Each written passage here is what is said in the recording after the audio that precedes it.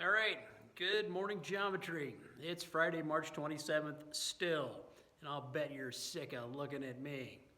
Well, anyway, I wanted to put a video up on finding the area of a triangle as we do this in section 9.7, but now we don't have a right triangle. So they've introduced three formulas to find the area of a triangle, a non-right triangle, and they are as follows. Here we go.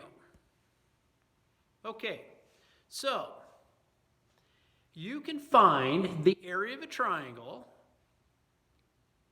is equal to 1/2 the length of B times the length of C times the sine of angle A.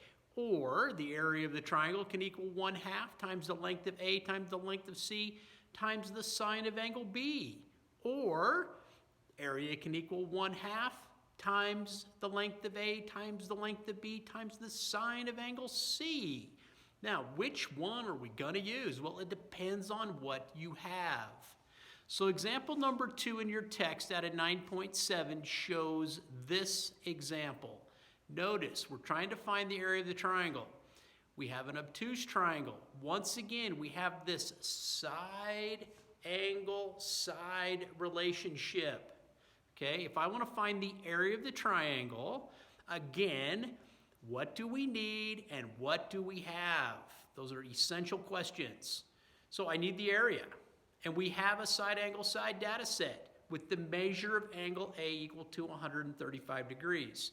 Now, when you select which formula you're going to find, you're going to find the one that has the sine of the angle that you have.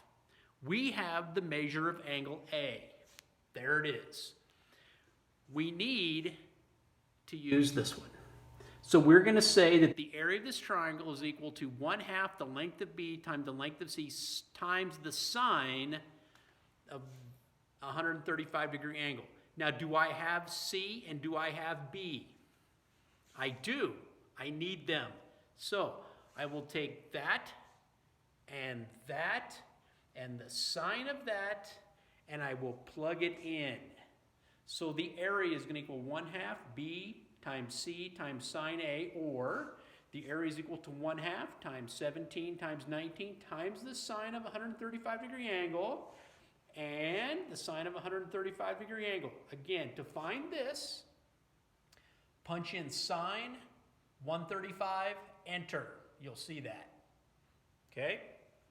And then multiply that out and you'll find the area of this triangle is equal to 114.19, or your text rounds it to 114.2 square units.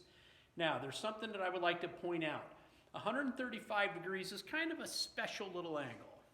If I was to draw that, it would look something like this. I would notice that the 135 is equal to 90 plus 45. So as this angle moves counterclockwise, there's 90, and I move 45 degrees more to get to 135. So the measure of this little angle right here, that's another 45 degrees. There's 90 of it, there's 45 of it. Now later we're going to learn that when you graph a sine curve, it looks a little bit like this. The sine value at angle 0, measure angle 0, increases, hits a maximum value of 1, decreases. When it gets to 180, when this gets over here, it's going to be at 0 again, and I'll bet if you know your relationship for sine, you'll know why.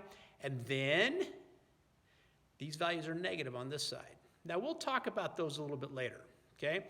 You might also notice that 0.7071 is the square root of 2/2. It's the same thing as a 45-degree angle.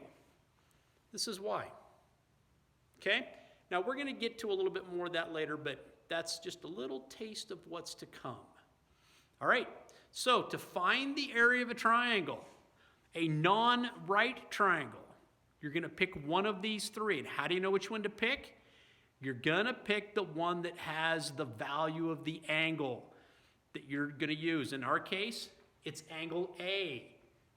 You'll use this one. Had we been given angle B, we're going to use this one. Had we been given the measure of angle C, we would have used this one. And along with those angle measures, we need to know the sides. Like if we need angle B, then we need to know this side and this side. We need that side angle side relationship. Okay, there you go. Area of a triangle, non-right triangle using 3 new formulas. All right,